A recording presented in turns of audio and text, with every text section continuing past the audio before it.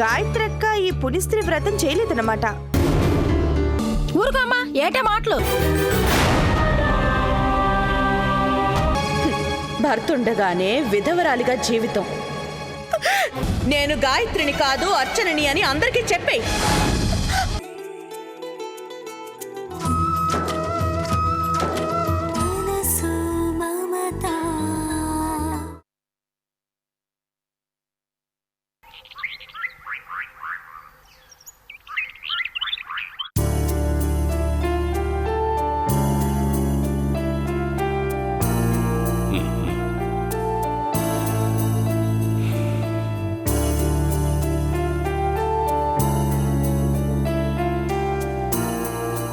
అదేంటి రాదా నాకే వడ్డిస్తున్నావు? నువ్వు భోంచేవా? ఇవాళ శనివారం అండి. ఓ, ఉపవాసం అంతేనా? బాగుంది రాదా. సోమవారం శివుడు కోసం, మంగళవారం ఆంజనేయుడు కోసం, బుధవారం అయ్యప్ప స్వామి కోసం, గురువారం సాయిబాబా కోసం, శుక్రవారం అమ్మవారి కోసం, శనివారం వెంకన్న కోసం. పాపం ఆదివారం, అది మాత్రం ఏం తప్పు చేసింది? దాన్నెందుకు వదిలేశావు? ఆ రోజు నీ ముక్కోటి దేవతలు మూకుమ్మడిగా సెలవు తీసుకున్నారా? ఏమండి, ఏంటండి ఆ మాటలు? మరి ఇంకెలా మాట్లాడమంటావు రాధా?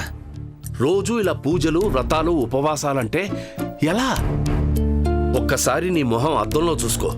కళాకాంతి లేకుండా ఎలా పీక్కుపోయిందో. ఏమండి, పూజలకి వ్రతాలకు కూడా ఒక హద్దుండాలి. రోజు ఇలా చేసుకుంటూ పోతుంటే నీ ఆరోగ్యం ఏమవుతుంది? ఒక్కసారి ఆలోచించు. నన్నేం చేయమంటారండి? మన చేతుల్లో ఏది లేనప్పుడు ఆ భగవంతుడిని నమ్ముకోవడం తప్ప. అది కాదు రాధా, నేను చెప్పేది. నా మంచి కోసమేని నాకు తెలుసండి, కానీ నేనేం చేయను. నా బిడ్డ, నా అర్చన కనిపించేదాకా ఏ పుట్టలో ఏ పావుందో, ఏ దేవుడిలో ఏ మహిమ ఉందోననే వెర్రి ఆశండి. కన్ను పేగు కదా. నాకు మాత్రం అర్చన కనిపించలేదు అని బాధ ఉంటదా? ఉంది, కానీ మనం ఏం చేస్తాం? పరిస్థితులు అనుకూలించినప్పుడు మన గుండెని రాయి చేసుకోవాలి, తప్పదు. మీరు మగాళ్ళండి, లక్ష వ్యాపకాలతో బాధని మర్చిపోగలరు, గుండెని రాయిగా చేసుకోగలరు. కానీ నేను ఆడదాన్నండి, అమ్మని. ఈ కడుపు కోత బాధ ఏంటో మీకు అర్థం కాదు. నేను మాటల్లో చెప్పలేనండి.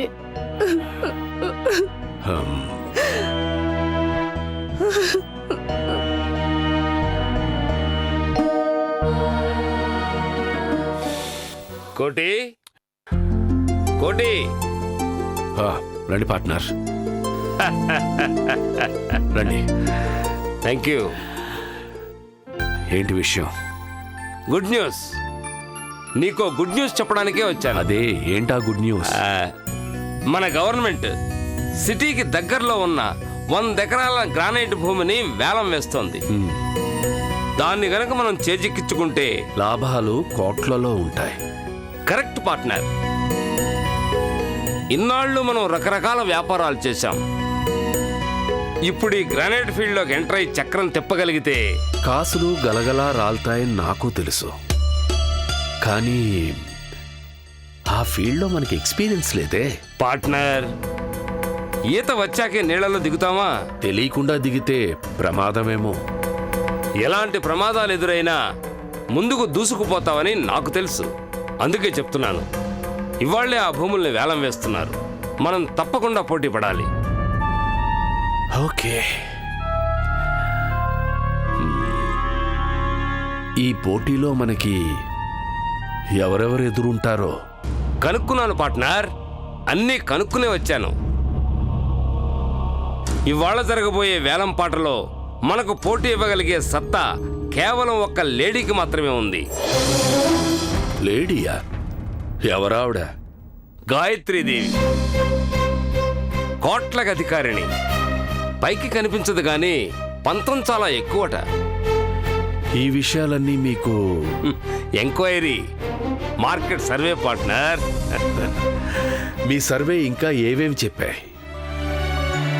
ఇన్నాళ్ళు ఆ గాయత్రీదేవికి పోటీగా ఎవరూ నిలబడలేకపోయారని, గ్రనైట్ ఫీల్డ్లో ఆవిడొక తిరుగులేని శక్తి అని.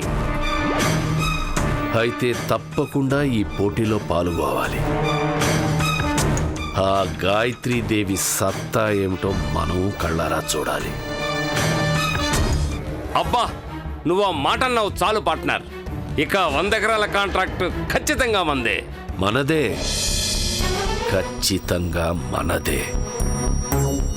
పాట ఏ రేంజ్ దాకా వెళ్ళినా వెనక్కి తగ్గే సమస్య లేదు. కమాన్, లెట్స్ గో పార్ట్నర్.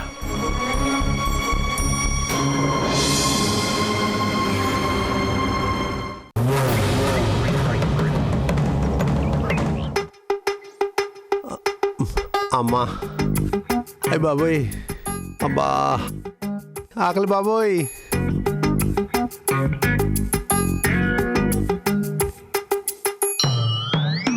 కడుపులో ఎలకలేంటి 2020 ఆడేసుకుంటున్నాయి.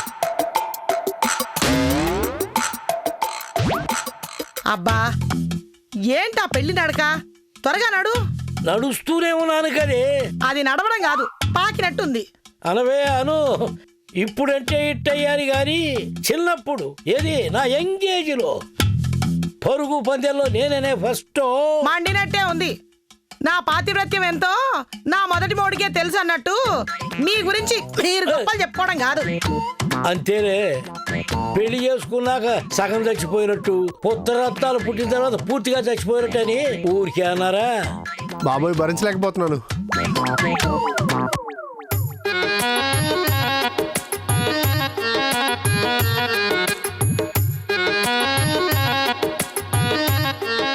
వీళ్ళేంటి ఇంకా రాలేదు? ఆకలి బాబోయ్. అబ్బా పరిగెత్తింది వచ్చారా? చాలు. నేను చచ్చేలోగా వస్తారనుకోలేదు. ఏమిట్రా మాటలు? ఇదిగో చూడు, నీకోసం ఏం తీసుకొచ్చానో. క్యారియర్ చూస్తేనే నోరూరిపోతుంది. మటనా, చికెనా, ఫిషా? ఓరిన పిచ్చి సొల్లు, తినబోతూ రుచి అడగడం ఎందుకురా? తీసి చూడు.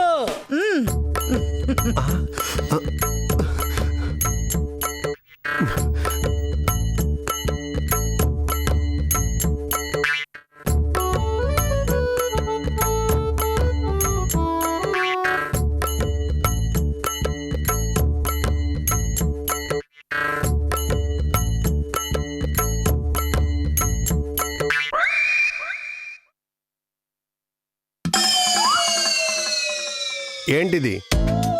చికెన్ ఫ్రై ముక్క. కిలో కూర చేస్తే మీ నాన్న మింగగా మిగిలింది ఈ ముక్కేరా. చూడు, దొంగకోళ్ళు పట్టేవాళ్ళలాగా ఎలా చూస్తున్నాడో. ఏం చేయలే, చెయ్యక చేసావు కదా, రుచిగా ఉంటేను తినేసా. కాదు, ఒకేసావు పంది కుక్కలాగా. ఒరే సన్ను, కన్న తండ్రిని అంత మాట అంటే కళ్ళు పోతాయిరా. పోయినా బాగుండేది. గుడిమెట్ల ముందు అమ్మ అమ్మ అంటూ అడుగు తినేవాడు. ఒరే ఒరే, ఏమిట్రా మాటలు?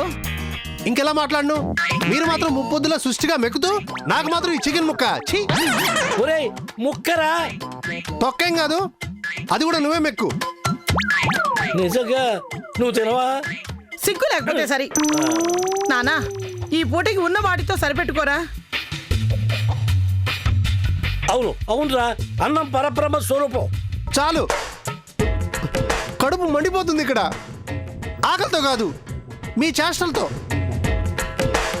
ఈ పాడుబడ్డ కొంపలో ఒకడిని ఎలా ఉంటున్నాను తెలుసా? రాత్రుళ్ళు దయ్యాలు తిరుగుతున్నట్టుంది.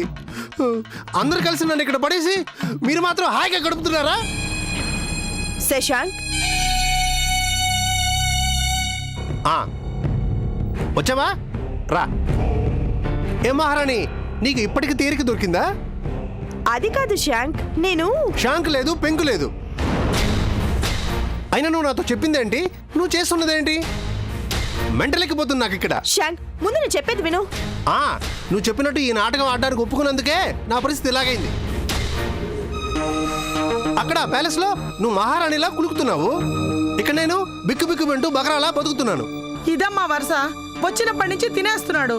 మరే తాటి ముంజల్ని బొట్టలతో జుర్రుకుంటావే అట్టా తింటున్నాడు. శాంక్, నా మంచి శాంక్వి కదా. శాండీ, నాటకాలొద్దు, స్ట్రైట్ గా చెప్పు. మనం పెళ్లి చేసుకుంటున్నావా లేదా?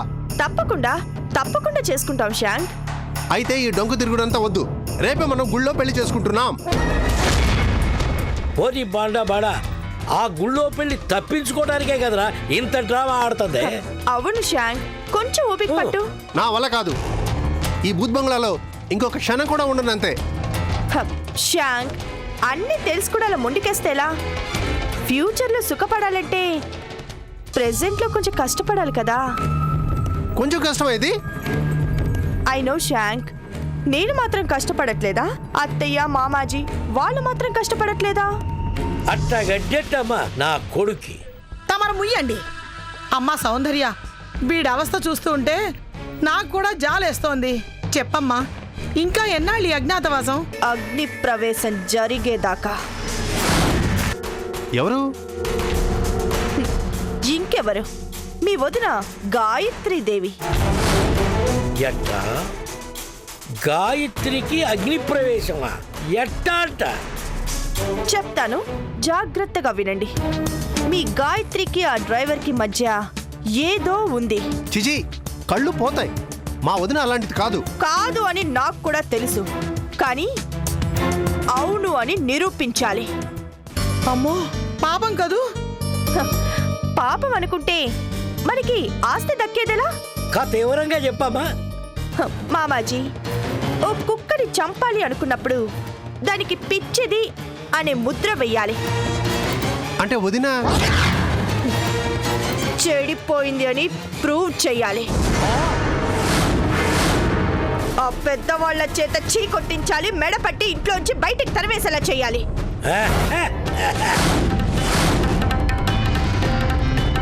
అప్పుడు తాళాల గుత్తి మనకే. ఆస్తి మీద హస్తం మనదే. కరెక్ట్. ఆ శుభముహూర్తం త్వరలోనే రాబోతోంది. ఆ తర్వాతే మన పెళ్లి శ్యాంక్. ఓకే? ఓకే శాండీ, నువ్వు ఎలాగంటే అలాగే.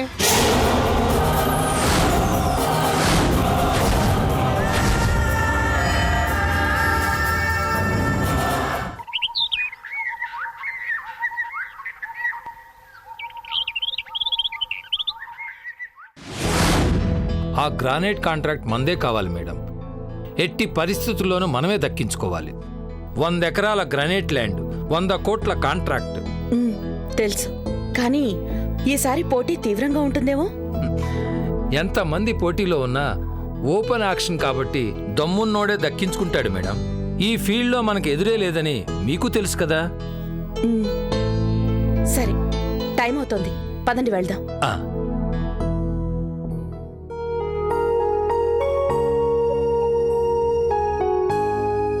అమ్మా, కాపీ తాగి వెళ్ళండి అమ్మా. వద్దు నుకాలు, టైం లేదు. కాపీ తాగడానికి ఎంత టైం పడుతుందమ్మా? తాగండమ్మా. నోకాలు, నీ గోల నీదే గాని కొంచెమైనా ఎదుటి వాళ్ళ మాట వినవు కదా. మేం వెళ్ళేది చాలా ముఖ్యమైన పని తెలుసా. వాళ్ళు మేనేజర్ కూడా కదా, అన్ని తమరికి తెలుస్తాయి బావు. సరే పదండి. ఆ,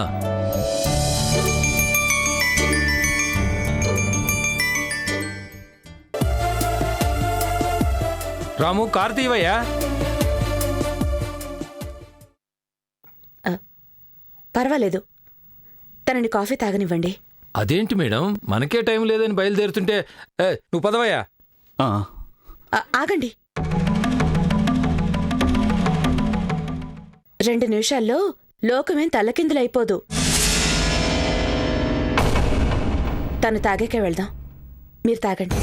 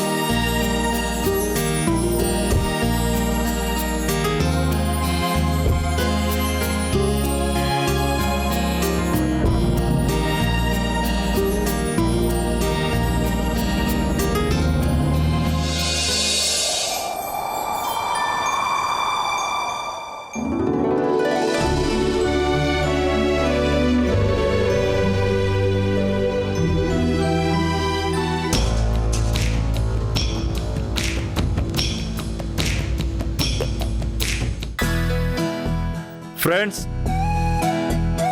గ్రనైట్ బిజినెస్లో ఎంతో అనుభవం ఉన్న మీ అందరికీ స్వాగతం, సుస్వాగతం. గ్రనైట్ అంటే గోల్డ్ లాంటిది. అలాంటి గ్రనైట్ పొరలతో నిండిన 100 ఎకరాల ప్రభుత్వ భూమి ఇంకెంత విలువైనదో, దాన్ని సొంతం చేసుకుంటే ఎన్ని రెట్ల లాభాన్ని కుమ్మరిస్తుందో మీకు ప్రత్యేకంగా చెప్పనవసరం లేదు. ఈనాటి ఓపెన్ ఆక్షన్లో ఎవరు ఎంత ఎక్కువకి పాడితే ఈ 100 ఎకరాల గ్రానైట్ ల్యాండ్ వారికే సొంతం అవుతుంది. ప్రభుత్వం వారి పాట 5 crores, 5 కోట్లు.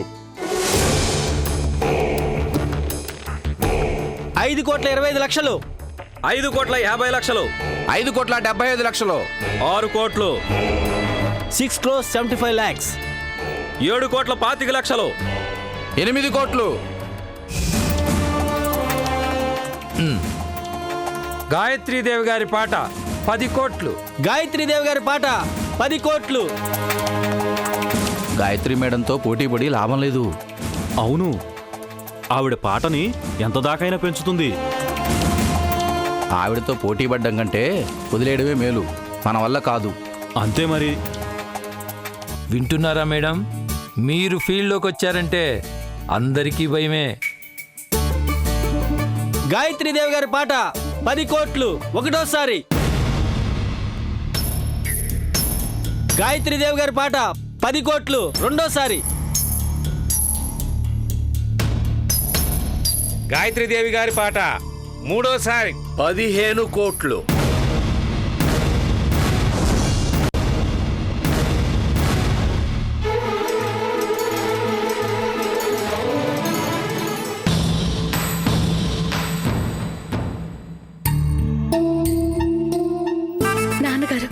నాన్నగారు కూడా ఈ కాంట్రాక్ట్ కోసమే వచ్చారా?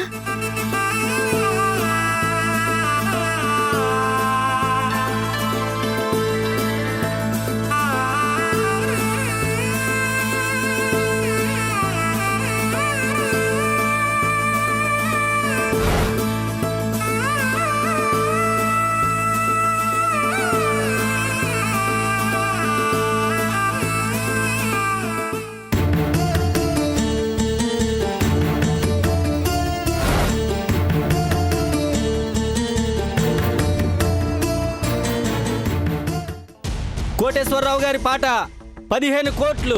గాయత్రీదేవి గారి పాట 16 కోట్లు. కోటేశ్వరరావు గారి పాట 17 కోట్లు. గాయత్రీదేవి గారి పాట 19 కోట్లు. కోటేశ్వరరావు గారి 20 కోట్లు.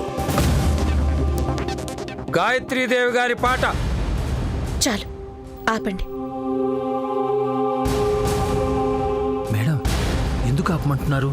మనం 10 కోట్ల దాకా వెళ్ళినా ఇంకా మనకు లాభమే మిగులుతుంది. తెలుసు.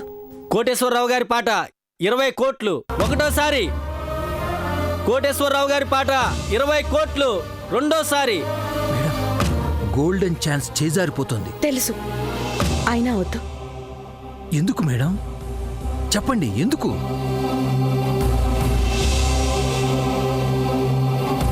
కోటేశ్వరరావు గారి పాట 20 కోట్లు మూడోసారి.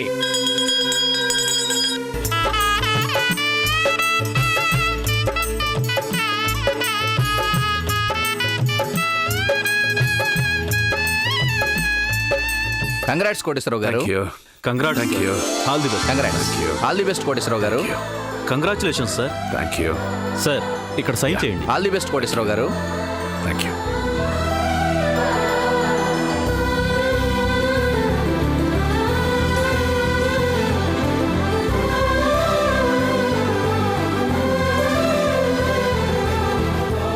ఏంటమ్మా ఇలా చేశావు?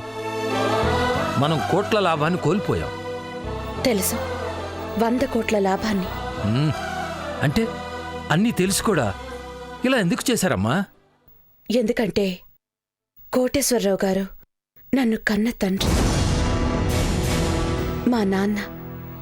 Best of luck sir. Thank you. Congratulations sir. Thank you. ఈ ఫీల్డ్లోకి వస్తూనే జాక్పాట్ కొట్టారు. Congratulation. Mutual. Thanks. Come, let's go.